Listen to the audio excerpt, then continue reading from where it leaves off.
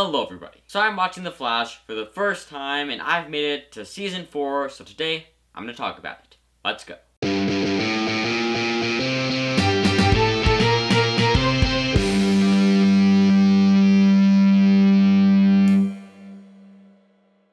So pretty much everybody has said that this season's terrible, that the show pretty much drops off after season 3, and I definitely did notice a bit of a drop in quality this season, but I don't think it was bad by any means. I think, some people have said that it's like completely unwatchable.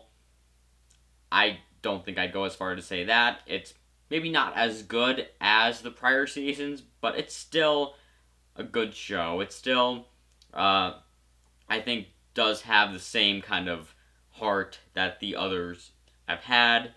I think the humor was mostly good. It did seem a bit like Freak of the Week with the, at the beginning, with all this, like, the bus metas each episode. It was just kind of, again, some of them were hit or miss, but that was always kind of what happened with the show. Even, if you just look at the beginning of season 1, there was a lot of just Freak of the Week, just throwaway villains that were really hit or miss, so that's always kind of been how these Arrowverse shows have worked. Arrow, it's been like that. Flash, it's been like that before. So, I didn't think that was too big of a problem. I was definitely happy that the Thinker was the villain because, we've had 3 seasons straight of speedsters being the villains of the show. So I was happy that this season it was, it wasn't a speedster, because Barry has always had, like, 2 superpowers, kind of. He's always had, obviously, super speed, but he's always been really smart also. That's been kind of his second superpower. And so it was cool to see how, like, for 3 seasons, his super speed has been the thing that it's kind of been threatened. That's kind of, he'd have to be faster to beat the villain. This time, he has to be smarter to beat the villain. Whereas before, he'd have to outrun the villain. This time, he had to outsmart the villain. So, I thought that was cool. I like that new dynamic here. Those are just my overall thoughts on the season. So now, let's get into the season. And it starts out, obviously, last season ended. Barry goes into the Speed Force because the Speed Force needs a prisoner, and so he has to go into the Speed Force and leave the rest of the Team Flash to protect Central City. So we start out, we see Wally, Cisco, and Iris have been, continuing to help the city, and they've been doing a pretty good job. For some reason, Iris is the leader of the team. Not sure how that happened. A lot of people have kind of complained about that. I don't see it as that big of a problem, but at the same time, I am still like, why is she the leader? Like, she's a news reporter. How did she become the leader of Team Flash? But whatever, I can put that aside. They've been continuing Team Flash, saving the city, but then we get the samurai android that shows up, and he's like, I need the Flash, bring me the Flash, I will destroy the city if you don't bring me the Flash now. And so, they're like, okay, alright, we gotta get Barry out of the Speed Force. And so, they figure out a way, they get Barry out of the Speed Force, and he's a bit crazy. He's losing his mind, he's saying gibberish, not really making any sense. But eventually, he goes back to normal once the samurai captures Iris, and he has to go save Iris, and he goes back to normal. I do feel like that was a bit of, like, a quick resolution to this. Like, I think it would have been better if they kind of let that draw out a little bit longer, but I think it was fine that they just kind of, it was good enough they just had it just the way it was, just, him just kind of get his mind back quickly like that. I think it worked good enough. But when Barry came out of the Speed Force opened up and released dark matter onto citizens in a bus, and so everybody on the bus became metahumans, and this kind of creates kind of the, the villains for Flash to fight this season. We get, a guy who can control technology. We get a girl who can mess with luck, kind of giving everybody around her bad luck and giving herself good luck. We get somebody who's releases nuclear energy all around him. And so we just get a bunch of metahumans from this, and we find out that this was all part of DeVoe, the Thinker's plan. We'll get to that in a second. But now I'll talk about Iris. I touched on this a little bit before, how she's, for some reason, the team leader of Team Flash. I'm not really sure how that happened. She also does this thing throughout it where she says to Barry, "We are the Flash." Like, I like the sentiment from that, of like, okay, they're married now, they should be one unit, they should be together, they both are now the Flash. It's not just Barry, he's married to Iris, so, they're both the Flash. Like, I like it in that sense, but it's also like, Barry's the Flash. Like, Iris, you're not the Flash. You really shouldn't be the Flash. You shouldn't be on this team, really, to be honest. You're a news reporter. Like, that's what the first 2 seasons have had you been doing. You're the news reporter, and now, for some reason, you're on Team Flash. You're now the leader of Team Flash. Like, it just, I don't know. I'm not the biggest fan of her with the whole "we are the Flash" thing. It's like, okay, like, yeah, again, you're married now, you should be one thing, you should be together, you're both the Flash, but it just, Iris, you're not the Flash. So, I do like that towards the end of the season, she kind of returns to, being a journalist, doing the blog post, and that's kind of how they are able to get the upper hand on DeVoe. Is she does the blog post, and the city is able to, get behind Team Flash and be able to help them, defeat DeVoe. I like that they used that as a way to help them. And I think if she's going to be part of Team Flash, I think that's the way they should use her, and not like, oh, she's the leader of the team. Like, no, have her be the journalist who, gets the word out of what's happening and gets the city to help Team Flash, and not, again, being an actual part of it the way she is, because it doesn't make sense. But, moving on to Caitlyn / Killer Frost. I'm a little bit disappointed with how they used her this season, because based on the ending of last season, it seemed like she was like, she said she was like something else. Like, she wasn't Caitlyn, she wasn't Killer Frost, she was kind of a new being, a new entity. I thought it was sort of like a Vision scenario, like, Vision was made from Ultron and Jarvis, but he's not Ultron or Jarvis, he's Vision, he's a new thing. I thought that was kind of what they were doing, like she was going to be a new character, but instead they just made, they're separate again, and it's kind of a Hulk situation where when Caitlyn gets scared or angry, she becomes Killer Frost, and she has, Killer Frost powers, can shoot ice from her hands and stuff. And I do like that concept. I think they actually did a good job with that. It's just a little bit confusing because it seemed like they were going a completely different route based on the ending of last season. So, I like where they went. It just, I wasn't expecting them to go there. Like, it seemed like they were setting up something different. So, there's also an interesting dynamic with Caitlyn and Amunet. I think that they do a good job with having Amunet, kind of be a recurring villain, and then helping them at the end and having a bit of a character arc throughout it. I think that was interesting, and having the reveal that Amunet really didn't do anything to help Caitlyn. It was just a placebo, and Caitlyn just kind of fixed herself, just kind of,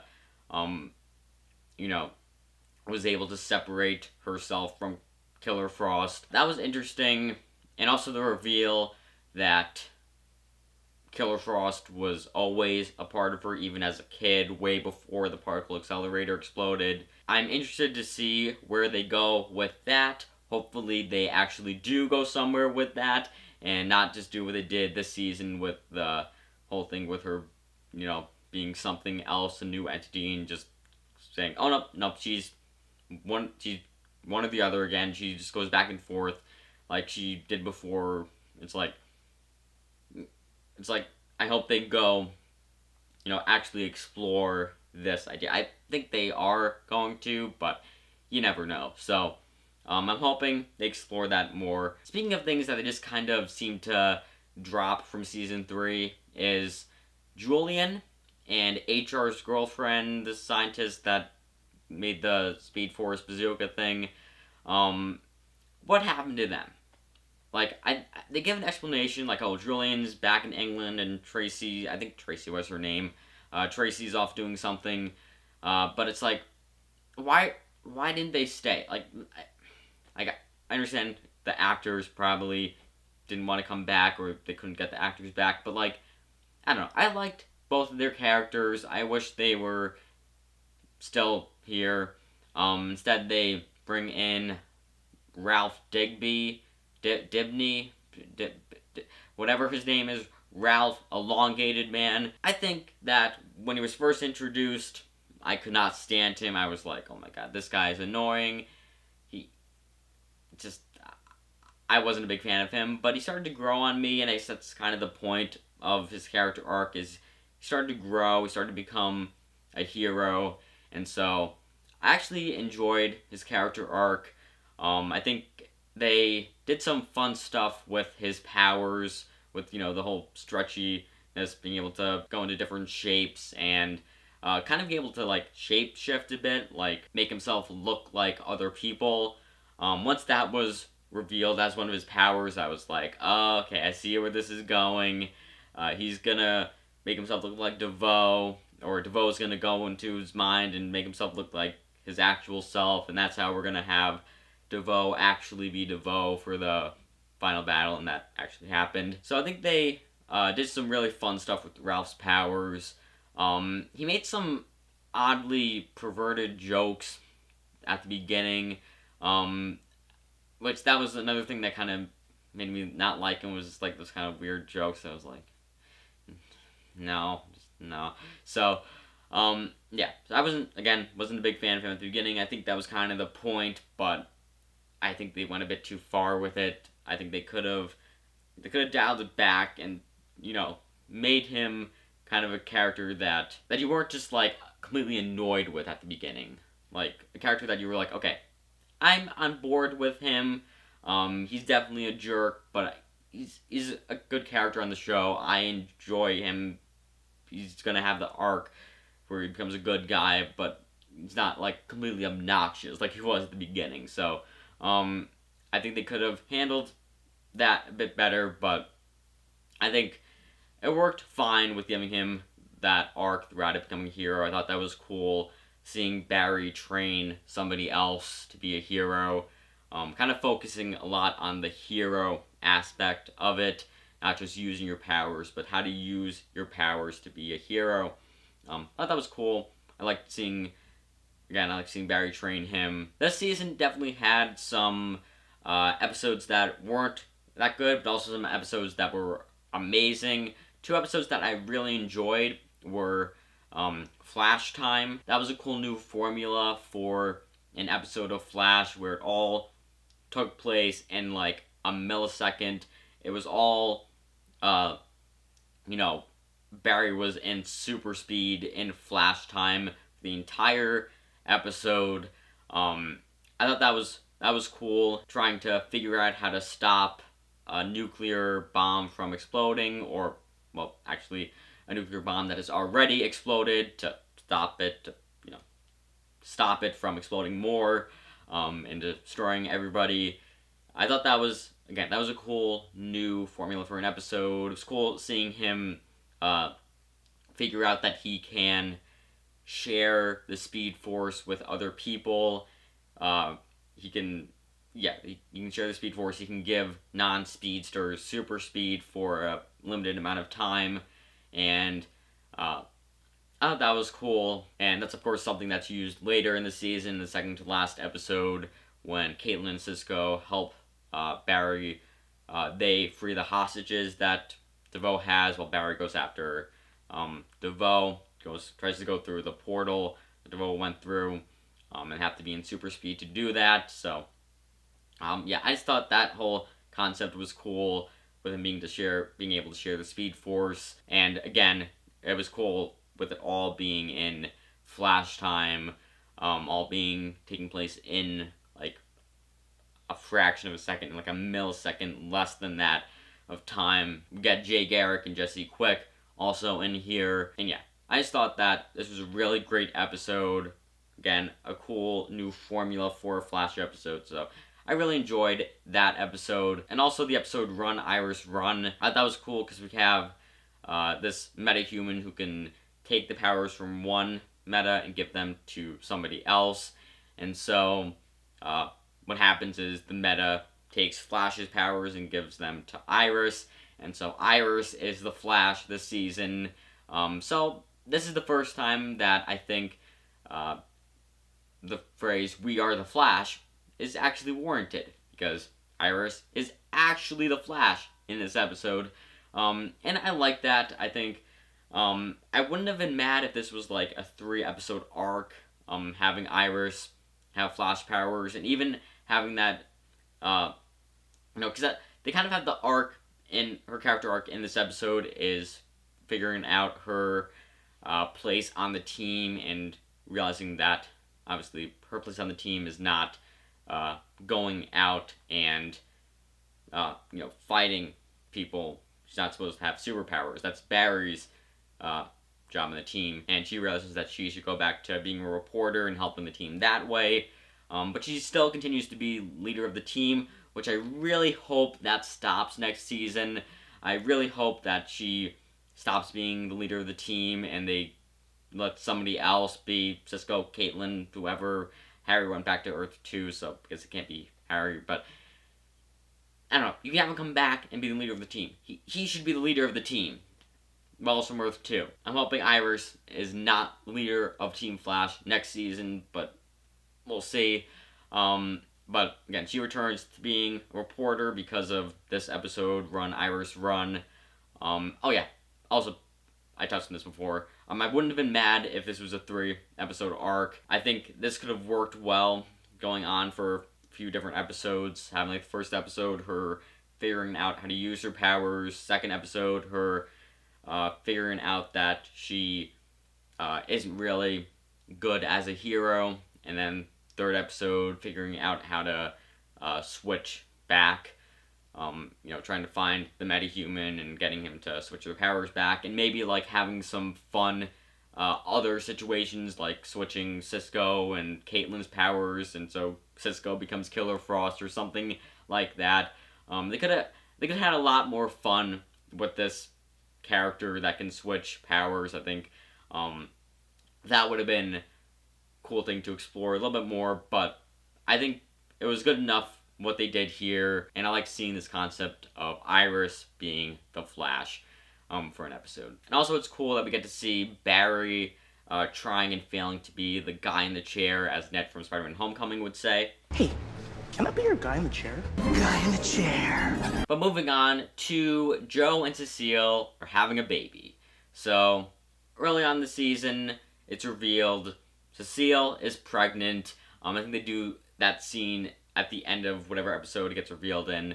I thought that was really good at seeing Joe's reaction to it, just freezing and like, what? I thought that was, I think they did that well. And eventually this leads to Cecile ends up getting mind reading powers because they say, because you've been exposed to so much dark matter and Central City, with all the hormones from having a baby, you're developing powers, and I'm happy with the explanation. I think this led to some cool stuff, so I'm just kind of like, alright, that's the explanation, whatever. It does make me think, so does that mean everybody in the last 3 years who's been pregnant has developed superpowers? And you never knew about it. Like, this has never come up before. Nobody you've known has been pregnant. But I guess that's what that means. Or I guess since Cecile is so close with Team Flash, she gets exposed to more dark matter than most. But I think they say it's just from being in Central City, which that would just mean everybody who's been pregnant in Central City should be developing powers when they're pregnant. So I don't know. But again, this leads to some interesting, funny situations with this idea of her being able to read minds, and eventually grows more into her being able to take on their minds, like to kind of start acting like the people whose minds she's reading.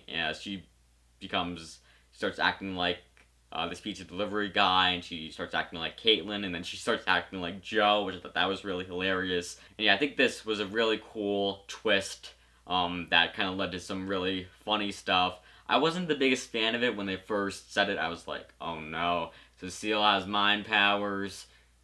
Really, we're having another main character on the show have superpowers, but I think it worked fine. It led to some really funny situations, and yeah, I thought it worked out fine. And also, of course, it was cool. Like, her being able to read minds is what it's used in the finale to put Barry inside of DeVoe's mind, and be able to defeat DeVoe. So I like that they were able to use her mind reading powers to beat the villain later on. But moving on to Earth 2 Wells, who for some reason isn't the leader of the team. It's Iris. He should be the leader of the team because he decides to return to Earth 1 and stay on Earth 1. We get this funny thing throughout the season with the Council of Wells. They got Harrison Wells is from various Earths together to, kind of put their minds together and solve problems. And that was always funny. Again, it's cool seeing the various Welleses from different universes.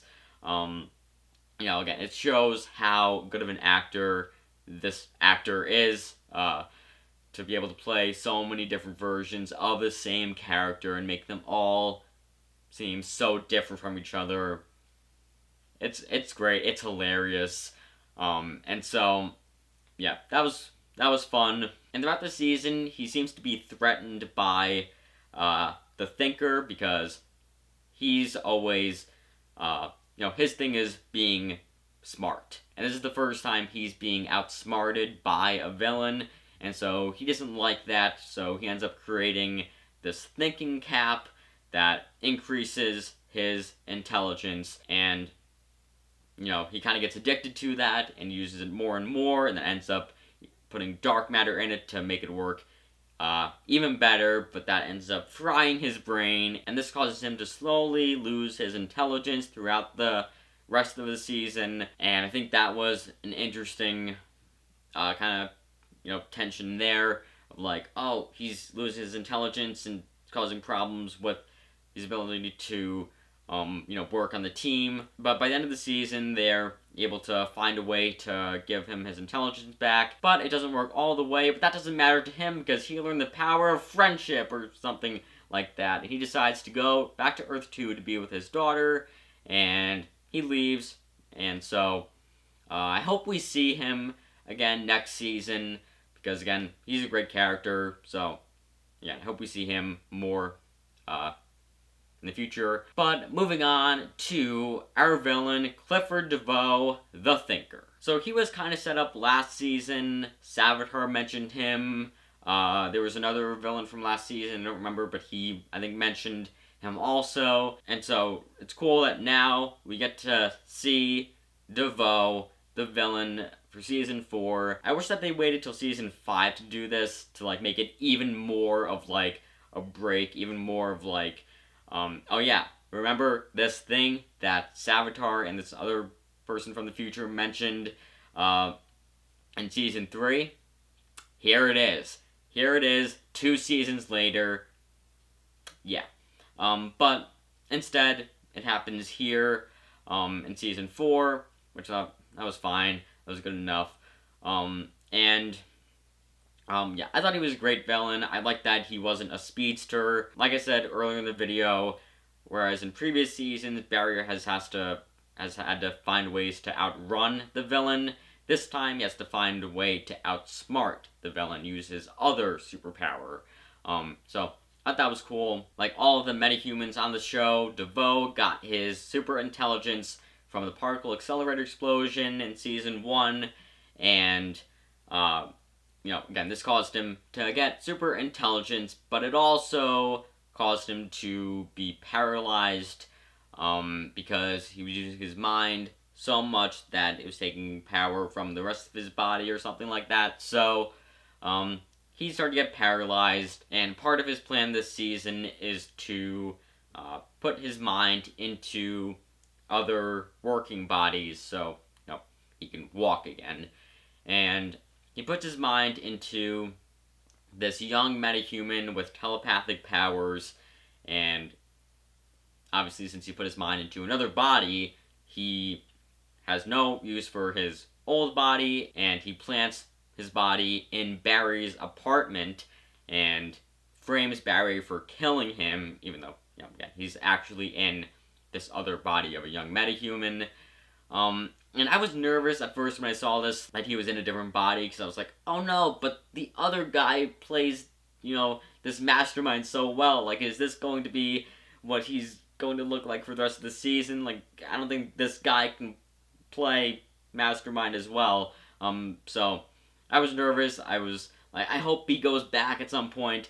But then I was relieved when I realized, oh, he's going to, be starting to do the body hopping thing. He went into the girl with the luck powers, and the girl who sang country music, and then he ended with going into Ralph's body, and I had kind of predicted that before, that he's going to go into Ralph's body and make himself look like his actual self, and that's how we're going to have, the thinker, Clifford DeVoe, actually looking like himself for the finale, well, not actually being in his actual body. So, yeah, I definitely like that they were able to find a way for this actor to play the thinker by the end of it, because again, he looks like the mastermind, whereas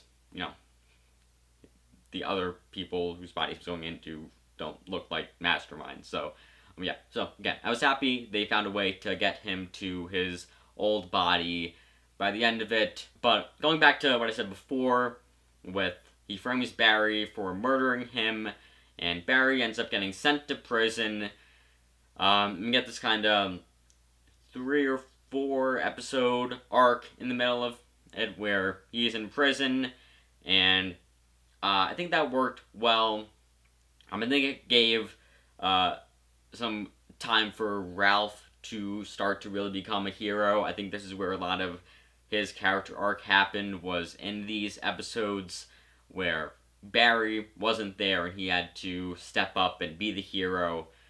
So I liked that. I think it worked well. For some reason, both Flash and Arrow, like at the same time, kind of were like, oh, let's have this idea where our heroes get sent to jail, because obviously Arrow did that at the end of season 6 and onto season 7, and I guess Flash did it first here for this little bit of time in season 4, and so, I think that worked well. I liked those few episodes. Eventually, Ralph uses his shape-shifting powers to look like DeVoe, and to make the judge think that DeVoe is still alive, which he is, but obviously the judge isn't going to believe that DeVoe put his consciousness into somebody else, so obviously DeVoe wouldn't want him to think that, so he makes himself look like DeVoe to get the judge to realize that DeVoe is still alive and to let Barry go. Because obviously, how could he still be in jail for murdering someone if the victim is still alive? So he lets him go, and so Barry is able to be the Flash for the rest of the season. He loses his job because they still don't really trust him there. But it looks like in the finale, his boss went to call him up saying that he was going to get his job back, but Thinker turned off all the technology in Central City, so Barry didn't end up getting that call yet, but I guess he'll be able to get his job back next season. And yeah, so that was a nice little arc here with Barry in prison. But then back to the Thinker, he throughout the season kind of has a conflict with his wife. His wife Marlize has a nice arc throughout the season where she's kind of at first, she's on board with this plan only because she wants her husband back. She wants him to be able to walk again. But once she finds out that he's in it for this big plan of taking over the world, taking away everybody's intelligence and being the smartest person and ruling the world, she's like, yeah, no, I'm a head out. I don't really, want to take over the world. You're kind of unnecessarily killing people, so yeah, I'm out. And she leaves and teams up with Team Flash to take down DeVoe, which brings us to the finale, where Marlize is working with Team Flash, and she helps them use Cecile's mind-reading powers to put Barry into DeVoe's mind and try to find the good in him. They find out that the good in him is dead, so there is no good in him, and he does find Ralph in there because it's Ralph's body, and so Ralph and Barry team up to fight DeVoe in DeVoe's mind. I don't know how that works, but they fight DeVoe, and they're able to escape, and Ralph takes over. He regains control of his body, and it looks like they've defeated DeVoe, but DeVoe transfers his consciousness into his floating chair thing, and pops up later like, I'm back! But then his wife Marlize takes out wherever his consciousness is in his chair. This sets off a dead man switch, which causes the satellites he's been using to take away everybody's intelligence. It causes the satellite to fall down to Earth, and Barry has to run out, and he has to do a supersonic punch to destroy the satellite. He runs up, he's about to punch it, and then time stops, and it rewinds, and it goes back to when Barry first started to run up to destroy it. He once again runs up, but we see another flash of lightning, this time purple lightning, running, next to him, and he goes up, he's about to punch the satellite again, and then we see another fist. And then they both punch the satellite and destroy it. Barry returns to Star Labs. We'll get back to what that was in a second. I will say that this show really knows how to do those big, crazy moments like that, where you're like, what is happening right now? They really know how to do those kind of big moments. And so yeah, they did a really good job with that.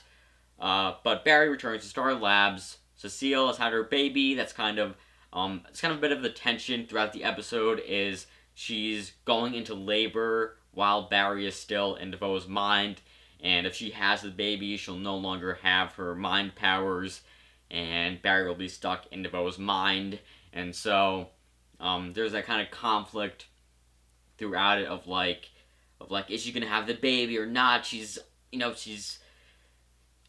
having to hold back going into labor because she needs to be able to get Barry out of DeVoe's mind. And so there's like that tension throughout it of like, is she gonna have the baby, or is Barry gonna be stuck in DeVoe's mind, or is she gonna be able to hold it back? So I think that was an interesting way to add tension to this. But eventually, once Barry gets out of DeVoe's mind, she's able to have the baby, and we go into kind of wrapping up some things in the season. Marlize gives Team Flash something to give Harry from Earth 2 his intelligence back. Like I said before, doesn't work all the way, but he got the power of friendship, so he goes back to Earth 2. And then we have this party for Joe and Cecile's daughter being born. We have this moment where Iris tells Barry they're going to have a baby next. Barry gets nervous, like, wait, like, now? You're pregnant now? She's like, no, in the future. Then there's a knock on the door. Flash seasons always have crazy final moments. And once again, yeah, this is crazy. There's a knock on the door. They open up the door.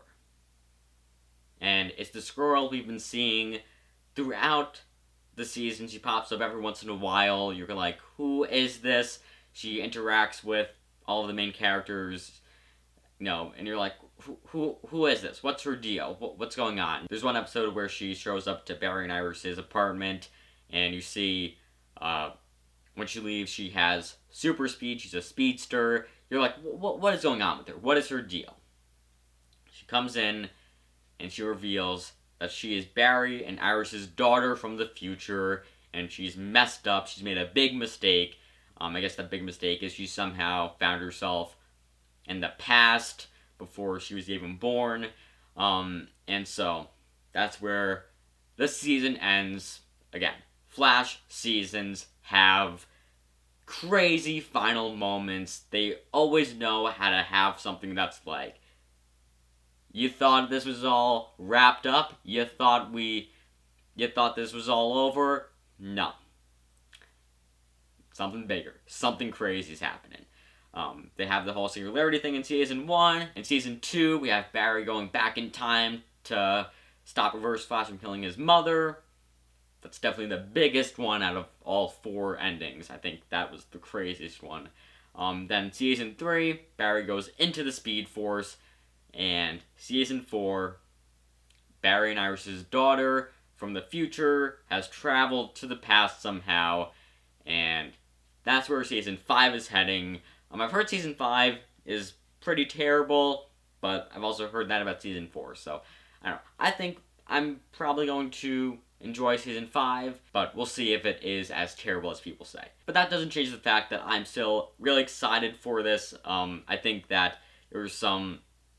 I think this sets up something cool. I don't know whether they just really fumble with this and they're just make a big mistake. Like, this is something that sounds like it could be really cool, but I don't know, maybe part of the reason why Season 5 is so terrible, why people say so terrible, is because they really messed this up. I don't know, but this sounds like a really cool idea, having Barry and Iris' daughter from the future come to the present, so I think this is setting up something cool. So I'm very excited to see what happens in Season 5. But anyway, those are my thoughts on Season 4 of The Flash. Please comment below your thoughts on the season and of the video. And remember to give this video a like, subscribing to the channel, and maybe check out some of my other videos. And with that said, that's a wrap.